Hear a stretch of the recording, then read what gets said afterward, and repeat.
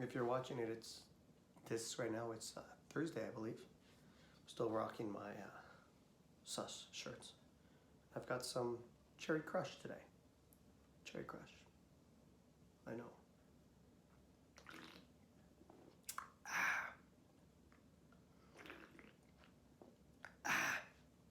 I have an exciting chapter to read today. This chapter is called The Quilletary. The Quilletary.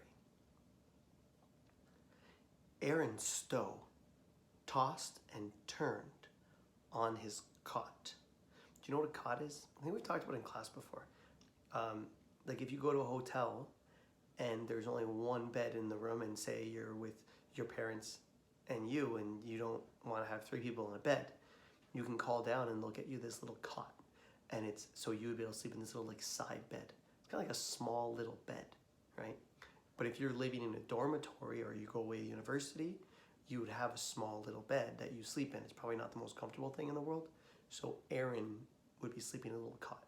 So it's like a small bed, right? It's not like an elaborate bed. Anyway, falling into fits of battered sleep. When the gray morning light pressed into his dormitory room, he gave up rest and glanced at the wall. There was only one door there. Surely it had been a nightmare. He began his morning ritual as always. Since water was scarce in the desert-like land of Quill, and most of the supply was needed for the crops and cattle, each student of the university was given a pail of water every week for washing up. It felt like a bonus to most students, since households in the quadrants were given 2 pails of water for the entire family, no matter the size. Aaron secretly felt annoyed, because that meant that some of the childbearers who had failed by producing 2 unwanteds fared the same as he, once their children had been disposed of. But today his mind was on other things. Methodically, that's tough. So it means he's like planning methodically. There, I said it right. Methodically, Aaron wet his washcloth in the tepid water, being sure to squeeze the excess out of it carefully, and wiped his face. With a finger, he brushed the bit of fuzz above his lip that seemed to be growing these past few weeks as he neared his 14th year. He was certain that it was his facial hair coming in, and he wondered what it looked like. He wondered if it looked like Alex's. As he washed, he tried to clear his mind of the events of the previous night. He had convinced himself by now that Alex was indeed a dream. But he was terribly concerned about how weak his abilities were to control these dreams. Sorry, my nose is itchy.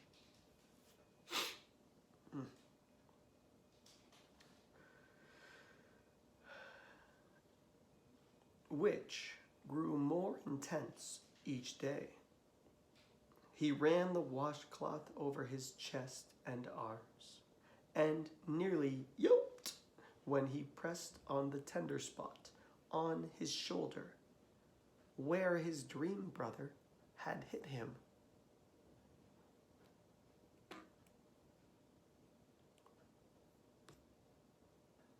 "What in Quill?" he murmured, massaging it. "Great cats, that smarts." It's like an old way of saying that hurts. His dream was all too real, yet all too impossible. It didn't happen, he told himself firmly. Once dressed, he sat in a chair and waited until it was time to go to breakfast. He stared blankly at the door for nearly an hour, for he had gotten up early. He tried to think about his next project that the high priest Justine had given him, perfecting the Quilitary vehicle operations.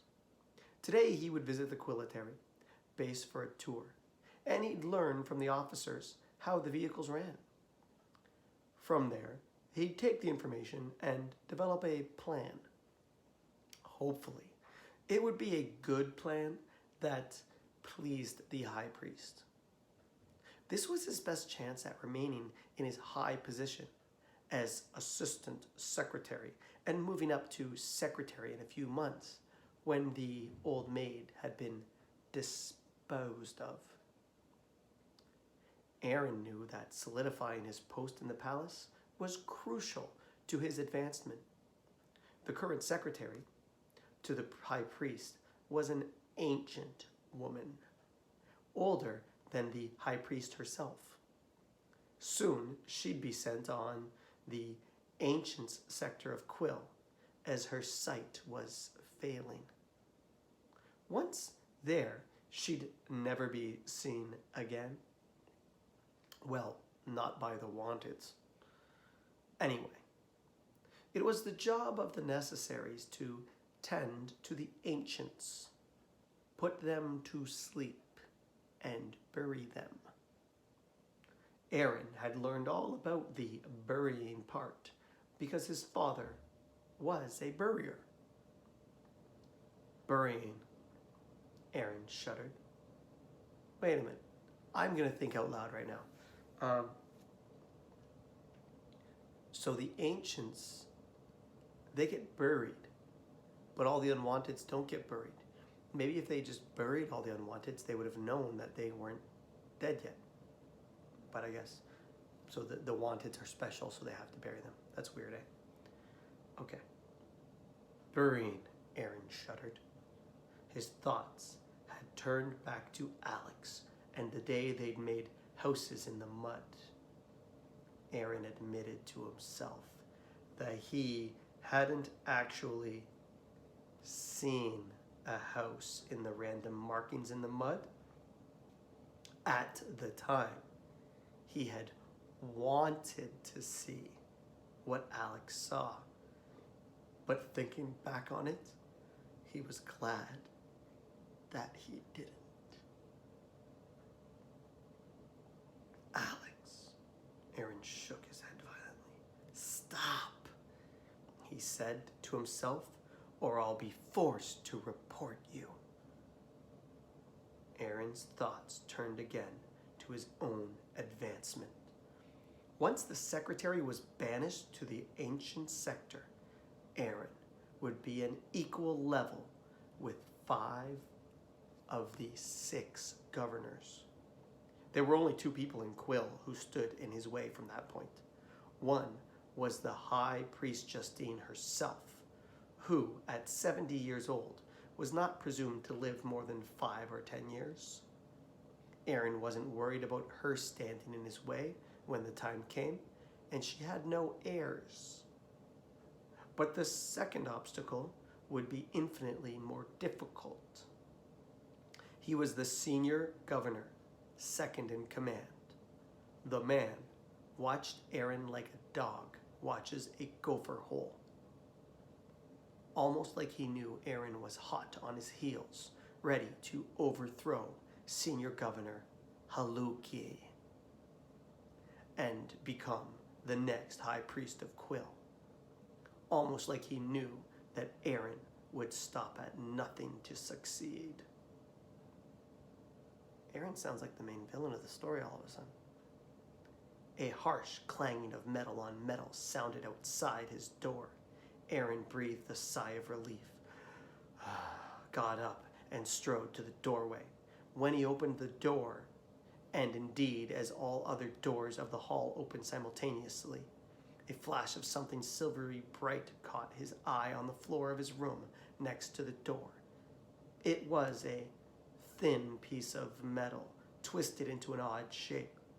But this one wasn't brown, like all the rusty metal Aaron had ever seen. This was gleaming silver, a color Aaron had never before laid eyes on. Except in the dream the previous night. Swiftly, he reached down and picked it up. He put it in his pocket to study later in private and stepped into the line of students that would take him to the cafeteria for breakfast. At 8 o'clock, Aaron slipped out of the university and into the awaiting vehicle that would take him to the Quilitary base for his tour. In the front seat next to the driver was Governor Haluki. In the back with Aaron, Governor Strang. "Good day, governors." "Well met, Aaron," they atoned. Now that he had an official title tied to the high priest, it bothered Aaron that they continued to call him by his first name, as if he were a child. But he said nothing instead turned his attention to the driver, a Quilitary lieutenant. "Driver," he said curtly as the vehicle chugged and squealed along the road. "Yes, sir, Assistant Secretary Stowe, sir." That made up for the previous. "What is your top speed?"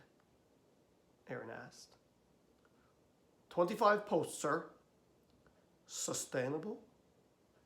"Not hardly, sir." "How long?" "I'd say 30 minutes. "You'd say?" Aaron sneered. 30 minutes, sir." "What happens at 31? "Engine locks up, Mr. Stowe. You hear the squealing now? Needs water and grease. Soon as we arrive, I'll rejuice so I can make it back." Aaron's brow furrowed. "Water? What's the water allotment for the base?" "Gentlemen," Governor Strang spoke, "we've just increased it to 30 barrels. "A week?" 30 barrels, Strang repeated. "A day." Aaron sat back in the seat. "Thank you, gentlemen," he said evenly, even though Senior Governor Haluki hadn't contributed a word and even appeared to be nodding off in the front seat. 30 barrels a day. Aaron looked out his window, up through the barbed wire defense ceiling, and scanned the sky for rain clouds. Seeing none, he feared for the life of his first project, the favored farm. With water this scarce and the Quilitary vehicles sucking up a ridiculous amount, something had to be done. Haluki, Strang, and Aaron toured the Quilitary base, walking past new wanted soldiers, practicing the traditional Quilitary death chants that would be used in battle, should Quill ever come under attack. But Aaron's focus was on transportation today. He absorbed everything he saw and heard regarding the vehicles. Then, the three returned to the vehicle for the short ride to the palace to meet with the high priest, Justine.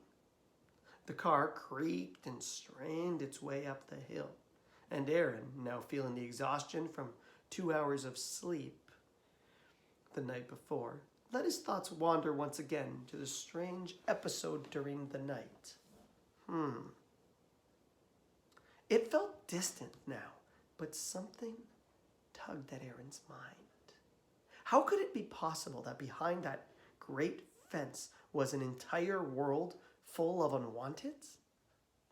Aaron couldn't fathom it. There's no way they would fit, for the one thing, not according to the accounts he'd overheard from the governors, inspection about the small plot of land. And where would they hide it? It was ridiculous.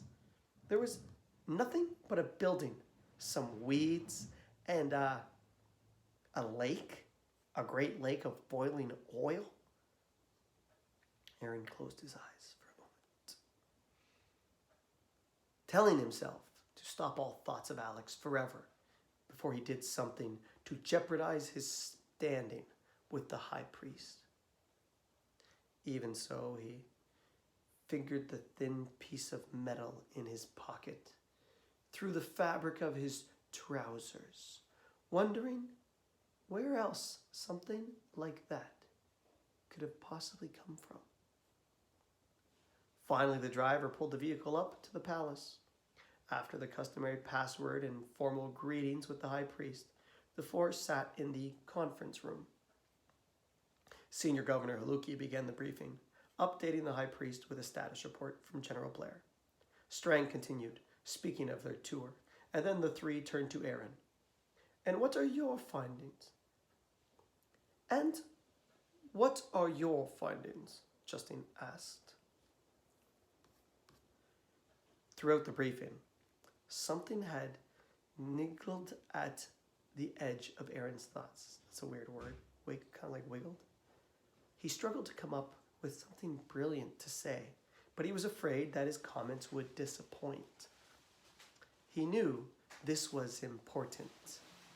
He knew this could prove that his first idea, the favored farm, was not a fluke. This could prove his brilliance, and perhaps, just perhaps, it might answer the burning question that had been plaguing him for months. The high priest waited patiently for Aaron to answer. Haluki and Strang eyed him carefully. Aaron straightened his already extreme posture to a state of rigid. If it pleases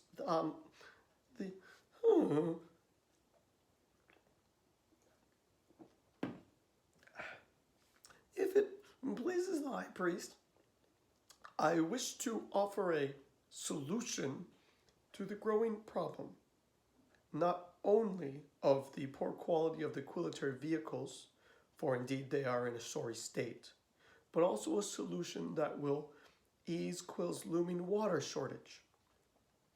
Justine's gaze didn't waver.